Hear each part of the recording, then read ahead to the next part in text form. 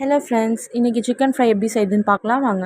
இதுக்கு தேவையான பொருட்கள் சோம்பு, மிளகு, பூண்டு, இஞ்சி, மஞ்சத்தூள், உப்பு, மிளகாத்தூள் எல்லாத்தையும் ஜாரில் சேர்த்து நல்லா கொஞ்சம் தண்ணி ஊற்றி நல்லா ஃபைன் பேஸ்ட்டாக அரைச்சி எடுத்து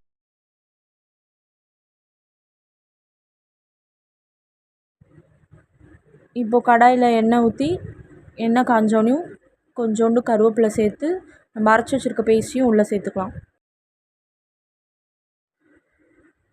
அந்த மசாலாவில் பச்சை வாசனை போனோனையும் நம்ம கழுவி வச்சுருக்க கறி எடுத்து அதில் சேர்த்துக்கலாம்.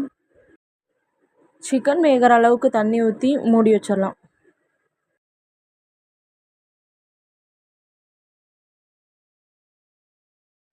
ஒரு 20 நிமிஷம் கழித்து தண்ணியெல்லாம் நல்லா சுண்டுனதுக்கப்புறமா கறியில் எண்ணெய் மேலே தெரிஞ்சு வரும். அந்த டைமில் கொத்தமல்லி தூவி இறக்கிக்கலாம்.